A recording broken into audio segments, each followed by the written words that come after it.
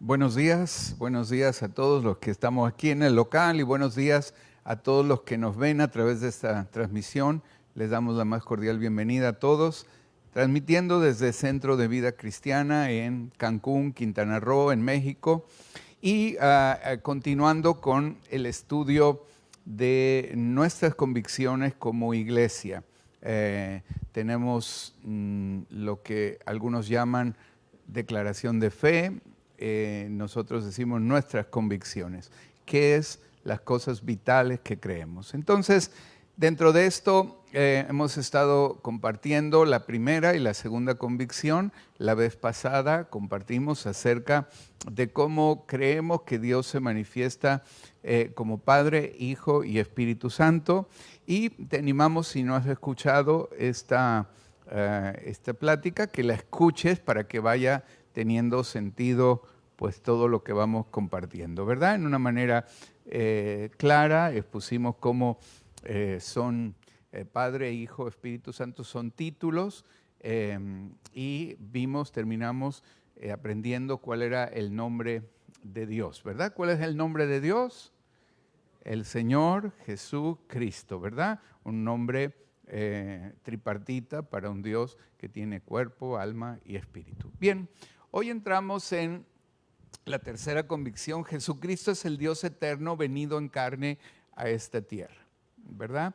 Así entendemos que Jesucristo, siendo Dios, se despojó a sí mismo de toda divinidad, tomó forma de hombre y se humilló a sí mismo hasta la muerte en la cruz, siendo de esta manera el autor de la eterna redención para todos los que creemos, los que han creído y los que creerán.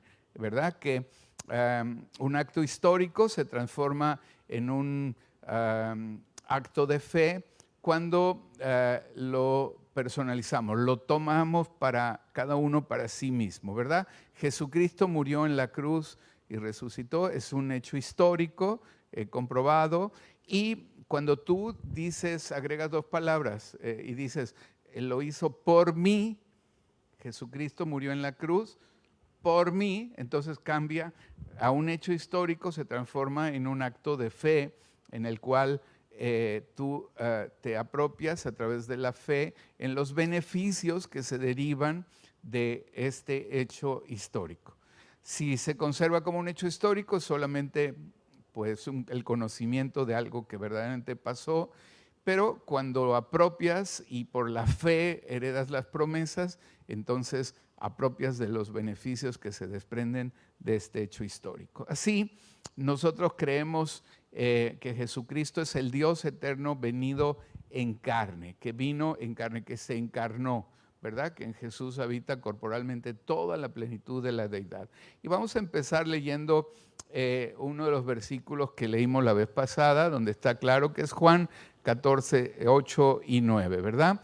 Dice así, por favor, si me ayudas, Juan 14, 8 y 9, dice que Felipe, uno de los discípulos, le preguntó, le dijo, Señor, muéstranos al Padre y nos basta, dentro de todo lo que él enseñaba, ¿verdad? Y Jesús le contestó, le dijo, tanto tiempo hace que estoy con vosotros y no me has conocido, Felipe. El que me ha visto a mí, ha visto al Padre. ¿Cómo pues dices tú, muéstranos al Padre? ¿Verdad? Él está diciendo, aquí está corporalmente, esta es la forma visible de Dios. Bueno, esto lo vimos con mucha amplitud, muy desmenuzado la vez pasada.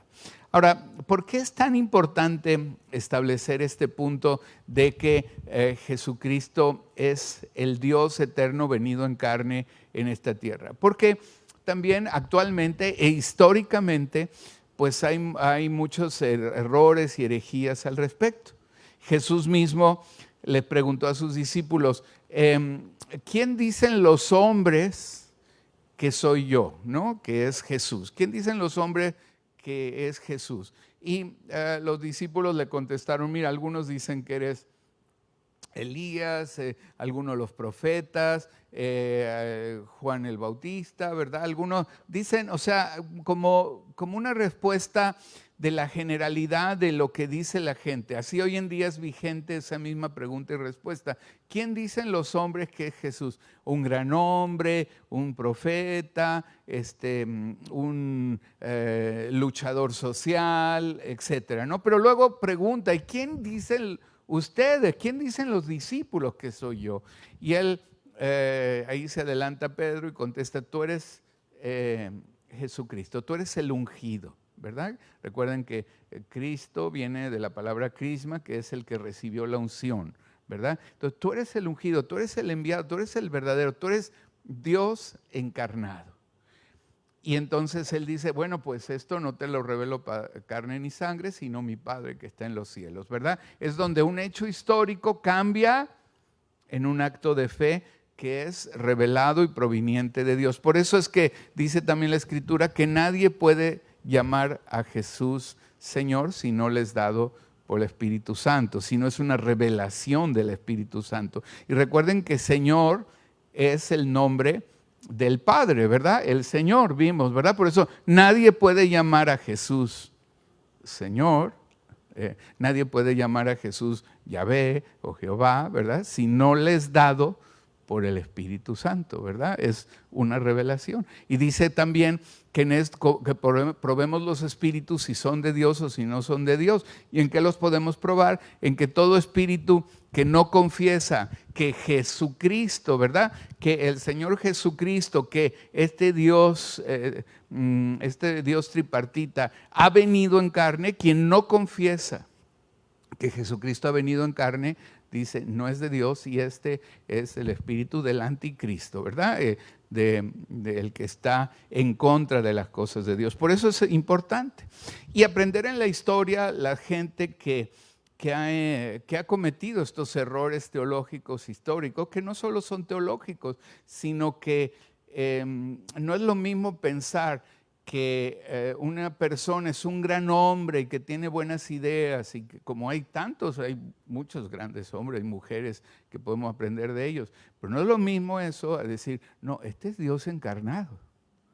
Esto, vamos, es no una diferencia semántica, esto es la gran diferencia, ¿verdad? La gran diferencia. Entonces, aprendiendo los errores históricos para prevenirnos de los errores actuales y también para prevenirnos de las herejías y también entender cuando estamos hablando con personas acerca de estos temas, cómo hoy en día están presentes estos errores históricos como errores actuales y estas herejías históricas están presentes como herejías actuales también llevadas por algunas personas, ¿no?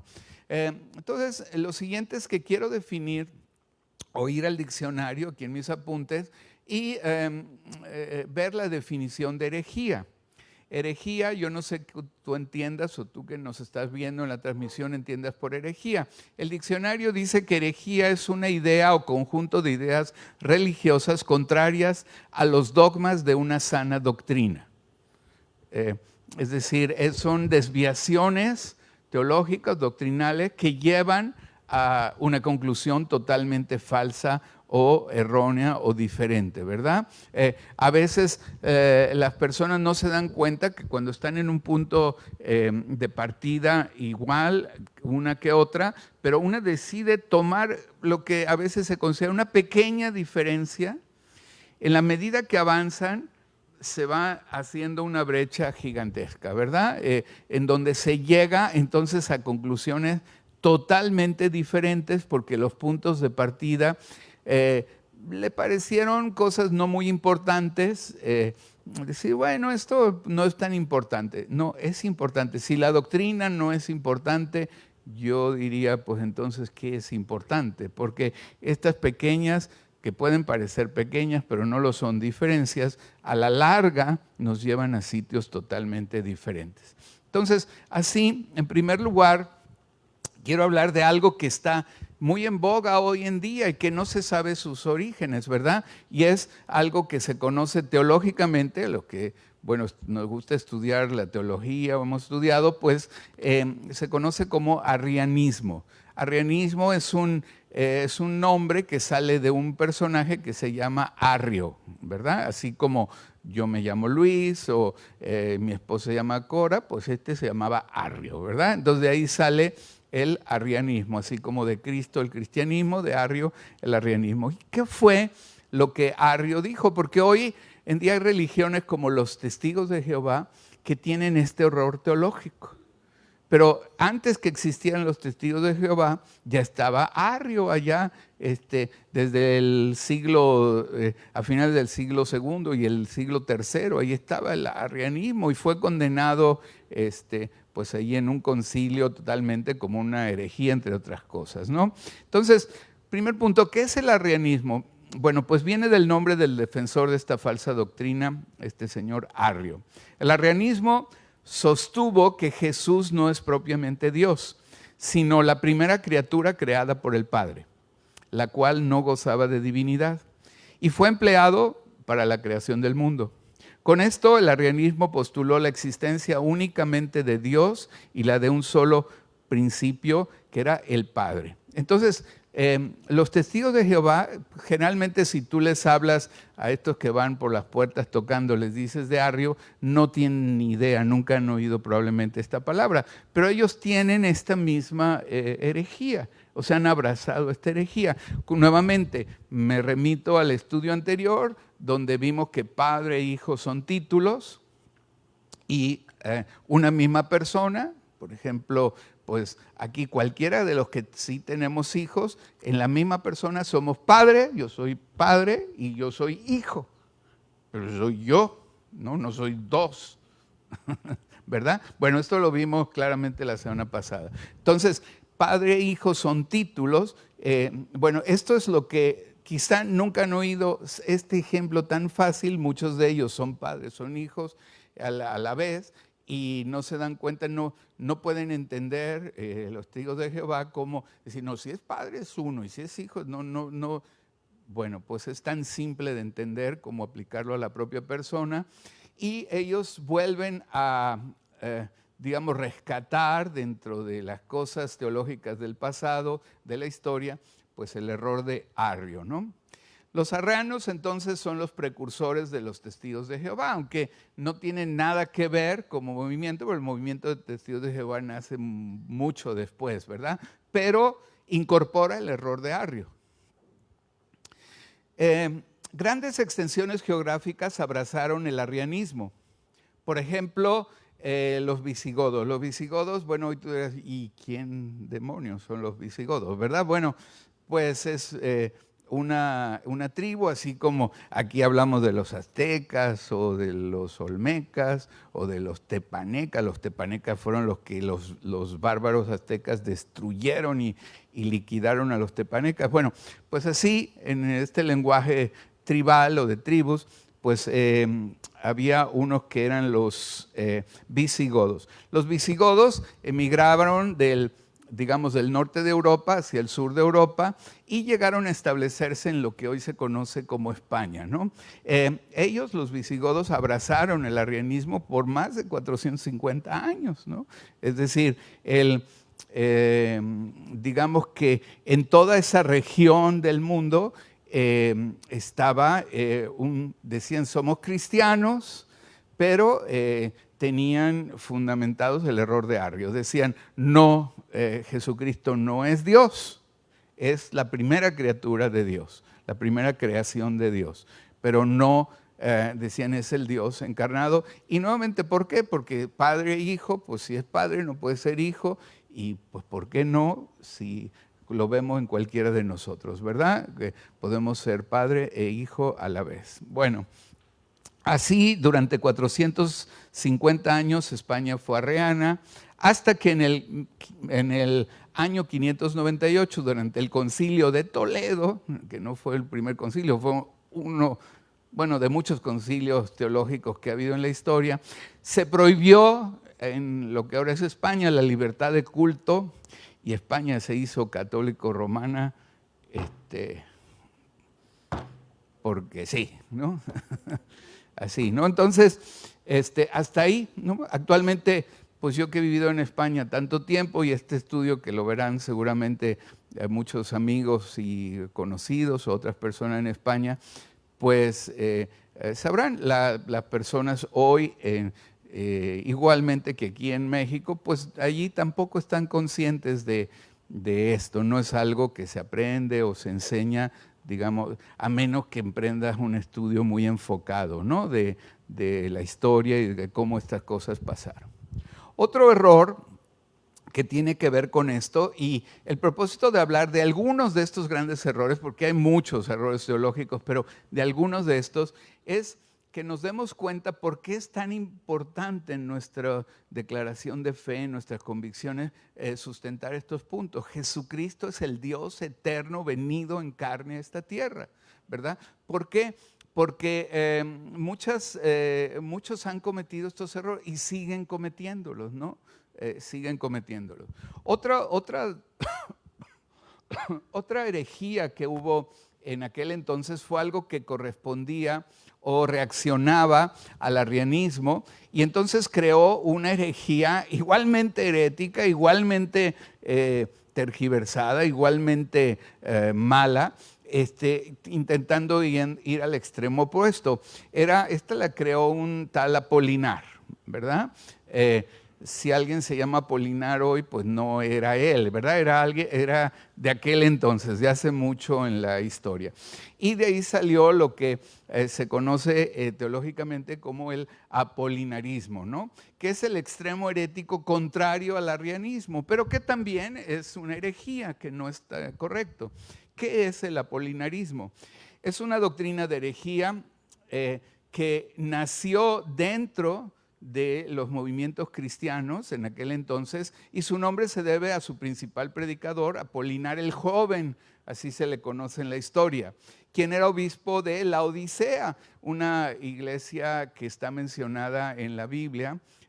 Ahí él era obispo de Laodicea, lo que a Laodicea actualmente se llama Siria, ¿verdad? Es el país de Siria. Y esto sucedió aproximadamente por el año 361 después de Cristo, ¿no? Entonces, bueno, aprovechando que además quería introducir un poco así de estas cápsulas históricas, porque también mi intención al mencionarlo es, si puedo, y a los oyentes, a los que están aquí, los que nos ven y los que nos verán, poner una pizca de sal, de todos estos temas, para ver si puedo picar tu interés, tu curiosidad, que decir sale para que te dé sed y decir, oye, qué interesante, quiero estudiar más historia, ¿verdad? Y métete, estúdiala, porque es muy interesante. Hay dos formas de que la historia tenga sentido en lo que hacemos. Tú puedes decir, bueno, yo ahora, a mí me parece bien esto y mal lo otro, y yo establezco esto como mi forma de vivir. Y después tú esperas 50 años en tu vida a ver si eso que abrazaste, ¿a dónde te llevó? Y luego después de 50 años tú dices, me equivoqué. Y fue un desastre en mi vida porque me equivoqué y ya lo comprobé. Pero ahora, ¿cómo regresas 50 años? Entonces, si quieres hacer algo parecido sin sacrificar tus 50 años probándolo, vete a la historia y te buscas, a ver, ¿quién creyó esto y a dónde lo llevó? Entonces, esto es lo interesante de la historia. Como no hay nada nuevo debajo del sol, todo lo que hoy podemos aquí hablar y creer y poner sobre la mesa para entenderlo o no entenderlo, nos podemos ir a la historia y ya hay alguien que creyó esto. Entonces, podemos ir en una trayectoria de 10, de 50, de 100, de 300 años, donde alguien que abrazó una convicción, ¿qué le pasó? ¿Cómo afectó su forma de vivir? Por eso es tan importante estudiar la historia.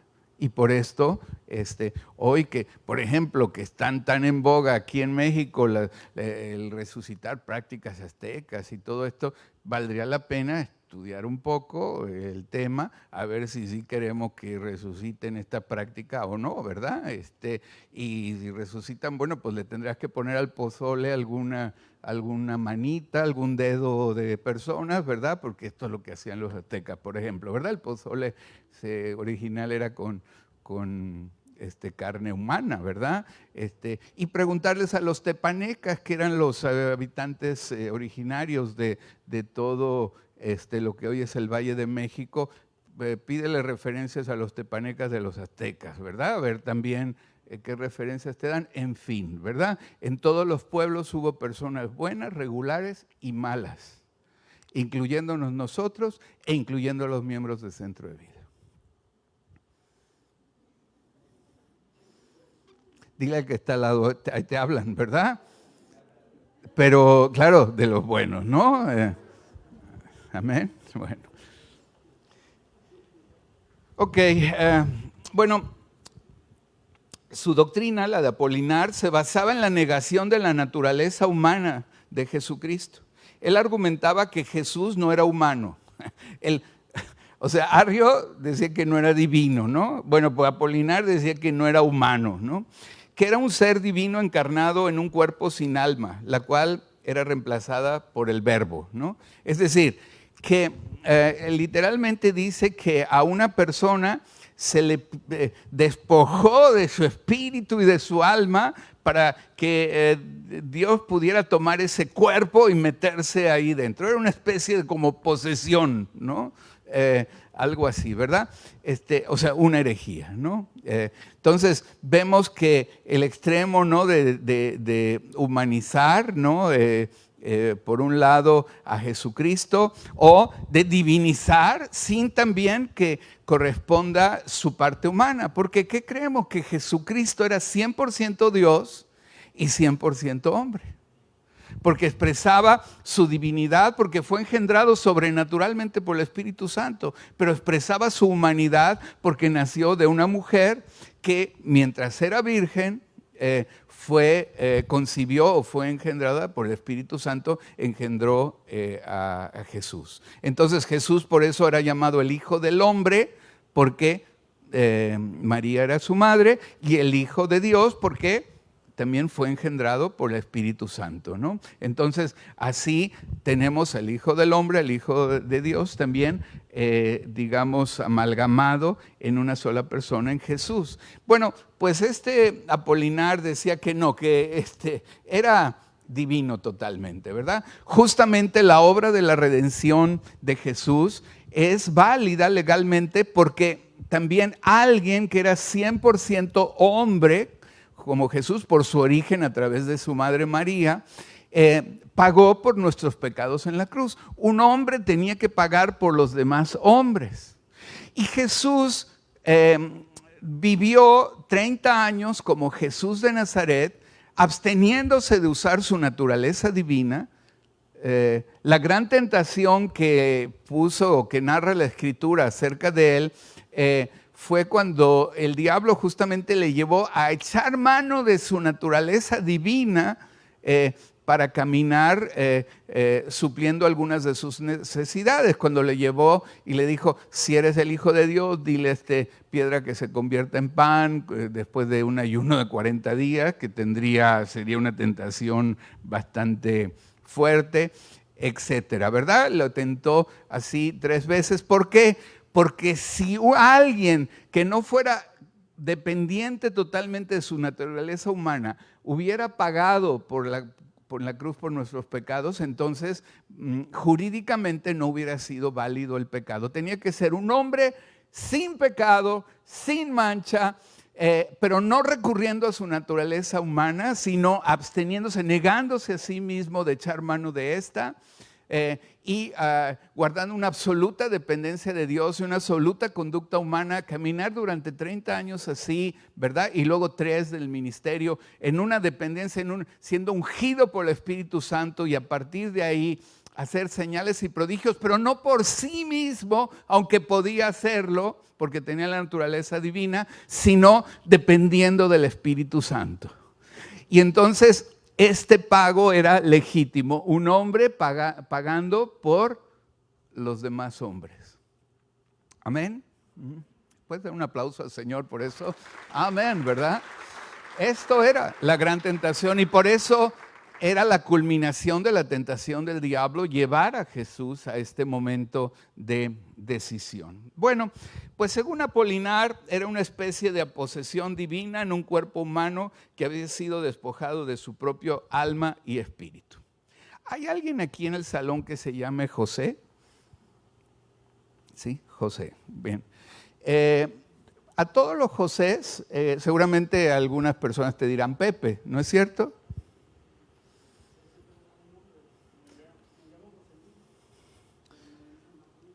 Te dicen más Luis, pero alguna vez te habrán dicho Pepe, ¿sí? ¿Por qué? ¿Y por qué a los Josés les dicen Pepe? Bueno, pues, ¿y por qué ahora yo saco este rollo, verdad? Porque tiene que ver, porque tiene que ver, porque tiene que ver, porque justamente por las herejías estas que había en aquella época, entonces todos los escritos que se empezaron a hacer dentro de la sana doctrina, siempre que hablaban de José, el marido de María, ponían José P.P. José P.P. Y entonces leyendo una y otra vez durante siglos, José Pepe, José Pepe, José Pepe, José Pepe. ¿Y qué significaba P.P.? Significa padre putativo, que significa que era muy importante, de acuerdo a las discusiones teológicas de la época, también definir que Jesús no había sido engendrado por José, que Jesús era hijo adoptivo de José y José era padre putativo de Jesús, que es el correspondiente adjetivo, ¿no? De un hijo adoptivo, su padre putativo, el que lo adoptó. Y por eso esta expresión Pepe. Por eso a los José le dicen Pepe. ¿Verdad? ¿Cuántos ya lo sabían? Bueno, algunos que lo hemos comentado antes, ¿verdad? Pero esto es así. Entonces, fíjate, como en este caso a nuestro amigo aquí presente, ¿verdad? Bueno, hoy en una manera coloquial, pues te pueden llamar Pepe, aunque sea de vez en cuando, o a otros en una manera constante, pues por un motivo que tuvo que ver con lo que estamos hablando aquí, que fue muy importante poner en todos los escritos para diferenciar si el que estaba argumentando por escrito era una persona que estaba en herejía o que sí realmente creía en este origen divino de Jesús, que era el Dios encarnado, ¿verdad? Y que no era simplemente un acto de creación, ¿verdad? Y que su padre era José y no el Espíritu Santo. Bueno, pues esto tomó una preeminencia enorme, tanto que hoy, cada vez que escuches el nombre Pepe, que te recuerde lo importante que es ser fiel a una sana doctrina. Amén. Esto es lo que yo saco, ¿verdad? Esto es cuando yo oigo en mi caminar diario que alguien dice, Pepe, recuerdo, debe ser fiel a la sana doctrina. Amén. Bueno, te doy una asociación de ideas para que tú puedas también beneficiarte de esto. Entonces, Pepe son las siglas de Pater Putativus, que durante siglos se ha utilizado para sustituir al nombre de José, el esposo de la Virgen María, que aparece en numerosos textos como Sanctus Josephus Pater Putativo Christi. Así se pone en los escritos originales, aunque no sé yo hablar y seguramente lo pronuncio mal, pero lo leo como suena en español. Posteriormente la expresión Pater Putativo se sustituyó por las siglas PP, que dieron origen al apelativo Pepe. Amén. Entonces, vamos a ver un versículo, Juan 1:14, por favor.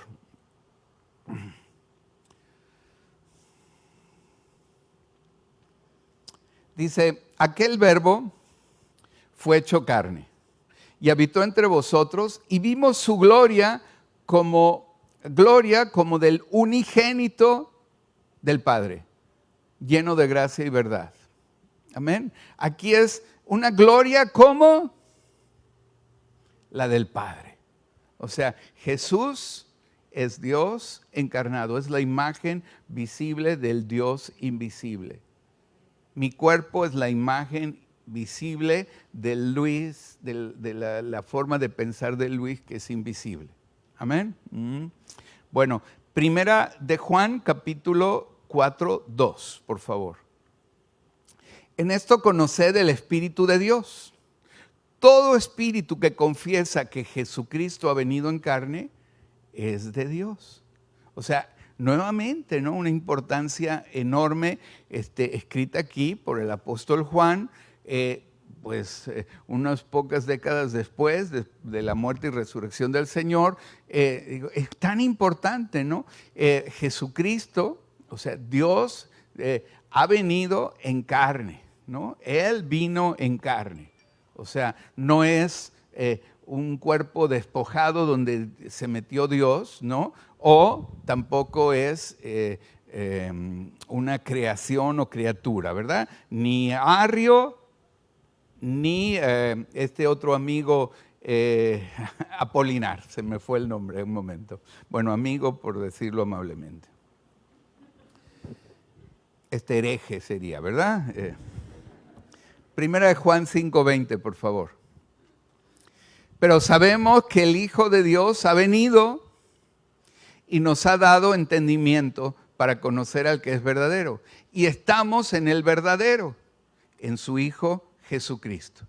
Este es el verdadero Dios y la vida eterna. ¿Quién? Jesucristo es el verdadero Dios y la vida eterna. Romanos capítulo 9, versículo 5. Pero sabemos, 9, 5, no. Romanos 9, 5.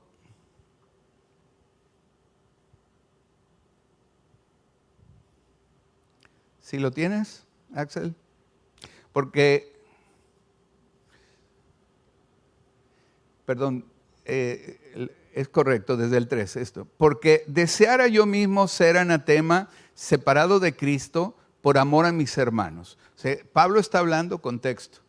Pablo está hablando y él como judío tiene una lucha y dice, amo mucho a mi familia, a mi parentela, a mi nación, quisiera yo mismo ser maldito. Anatema significa maldito, no conocer nada de Cristo, no conocer nada, porque a veces amo tanto a mi familia, amo tanto a los míos, a mi nación, pero están muy mal.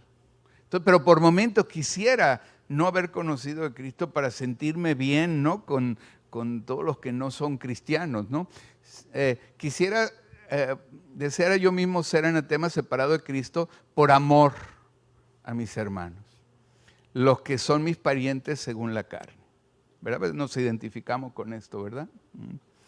Siguiente, que son israelitas, de los cuales son la adopción, la gloria, el pacto, la promulgación de la ley, el culto y las promesas. 5, de quienes son los patriarcas y de los cuales, según la carne, vino Cristo, el cual es Dios sobre todas las cosas.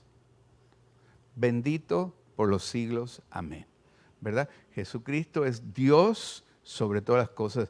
Claramente está escrito en la Biblia. Y se entiende este sentir que a veces, y probablemente algunas posiciones heréticas vienen por esto, porque a veces hay un sentir, quisiéramos que no nos separara, ¿no? La verdad de personas que abrazan la mentira o que no quieren trascender a la verdad. Y quisiéramos que nada nos separara, pero al mismo tiempo Dios nos pide amarle a Él por sobre todas las cosas, ¿verdad? Que si alguno ama más a madre, a padre, a familia, a nación, a tierra, a lo que sea que a mí, dice Él, no es digno de mí. Entonces, uno de los requisitos que Dios pide es que lo pongamos a Él encima de todo lo demás. ¿Cuántos aman a Dios aquí? ¿Sí? Ahora, dentro de los que lo aman, ¿cuántos lo aman por encima de cualquier persona y cualquier cosa y cualquier tema? ¿Sí? ¿Sí? Sí, ¿no? Sí. Esto es parte del tema, ¿no? Apocalipsis 1, 17 y 18. casi voy terminando. Dice aquí Juan, que es el autor de Apocalipsis, dice, cuando le vi, caí como muerto a sus pies. Y él puso su diestra sobre mí diciéndome, fíjate, aquí este es uno de los versículos más claros y que si alguna vez hablas con algún primo, pariente, amigo, conocido, desconocido que es testigo de Jehová, mira este versículo, ¿no? Sobre mí diciéndome, no temas, soy el primero y el último. Es decir, esto solo puede entrar en el eterno, es el primero, no el primero y el último. O sea, antes de él no hay aquí, no hay, como decíamos en la primaria, anticutimano, ¿no? O algo así, ¿verdad? Toda esta frase que se decían, ¿verdad? Soy mano y yo soy anticutimano, ¿no? ¿No? Decían eso, no sé si se use, ¿verdad? Pero así decíamos en la primaria. Bueno, aquí eres el primero y el último. ¿Sigue? El que vivo y estuve muerto. O sea, el único que vive y estuvo muerto, ¿quién es? Jesús. Pero a la vez es el primero y el último. Combina esto dos. El primero y el último, el que vive y estuvo muerto. Mas sé aquí vivo por los siglos de los siglos. O sea, es eterno. Y además, tengo las llaves de la muerte y del Hades. O sea, es el que venció la muerte. Y por eso es que en Él, solo en Él y solo en Jesucristo tenemos la plena esperanza de la resurrección. Porque Él venció la muerte, Él tiene las llaves de la muerte y del Hades. Solamente en Jesucristo se pueden cumplir estas formas que están aquí descritas. En nadie absolutamente más. De modo que finalizamos con esta frase que nos dice que un cristianismo sin herejías debe creer que Jesucristo es el Dios eterno venido en carne a esta tierra. Amén. Por esto esta es una de nuestras convicciones. Jesucristo es el Dios eterno venido en carne a esta tierra. ¿Sí? Amén. Bueno, por favor, hasta aquí el estudio hoy. Y por favor, si tienes dudas, si tienes preguntas, si tienes aportaciones, escríbeme con gusto. Las leeré y las contestaré personalmente. Ya sea a los que están aquí, a los que nos ven a través de las transmisiones, contáctanos, escríbenos y con gusto, si tienes preguntas, si tienes dudas, bueno, pues espero no ampliar tus dudas, sino pues resolverlas, ¿verdad? Por lo menos hasta donde me dé lo que yo pueda hacerlo. Amén.